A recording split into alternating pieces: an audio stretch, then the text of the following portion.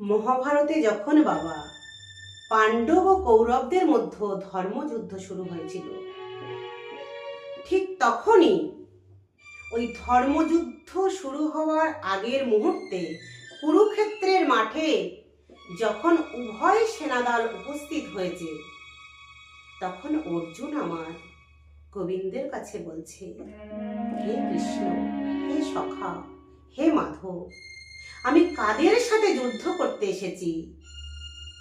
আমি নিজে চোখে একবার তাদেরকে দর্শন করতে চাই। তো ভক্তের মনোবাসনা পূর্ণ করবার জন্য অনাদির আদি গোবিন্দ আমার কি করলেন, নিজের রথ চালিয়ে নিয়ে ওই যে দুইজন সেনা দলের মধ্যে, উভয় পক্ষ যে সেনা দল, তার মাঝখানে রথ চালিয়ে নিয়ে গিয়ে দাঁড় করালেন।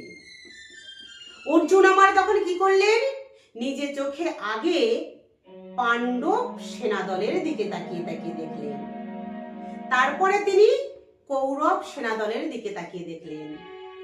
দেখলেন নিজে চোখে সমস্ত আত্মীয় স্বজন, কুটুম্ব, বন্ধু বান্ধব সবাই যুদ্ধের সাজে সজ্জিত হয়ে দাঁড়িয়ে আছে।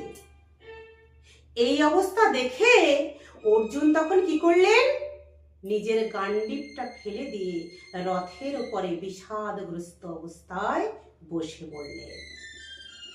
আর কৃষ্ণকে বললেন, এই ধর্মযুদ্ধ আমি করব না, ভিক্ষায় যদি অন্ন গ্রহণ করতে হয় তাও করতে আমি রাজি আছি, কিন্তু এই যুদ্ধ আমি করব না।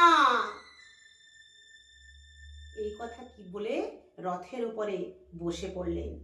কৃষ্ণ তখন অর্জুনকে নিজ মুখ নিঃসৃত যে উপদেশ বলি দিয়ে বুঝিয়েছিলেন, সেই উপদেশ বাণীগুলি পরে গ্রন্থকার নিজের লিপিবদ্ধ করেছেন। কৃষ্ণের মুখ নিঃসৃত বাণী পরবর্তীকালে গীতা রূপে প্রচারিত হয়েছে।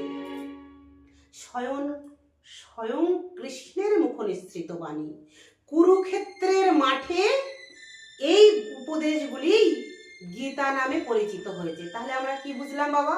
কুরুক্ষেত্রের মাঠে গীতার জন্ম, স্বয়ং কৃষ্ণের মুখ নিঃসৃত বাণী হলো গীতা। তো প্রেম সে সবাই মিলে একবার বলো, ওম নমো ভগবতে বাসুদেবায় নমো, ওম নমো শ্রীমদ্ গীতায় নমো নমঃ।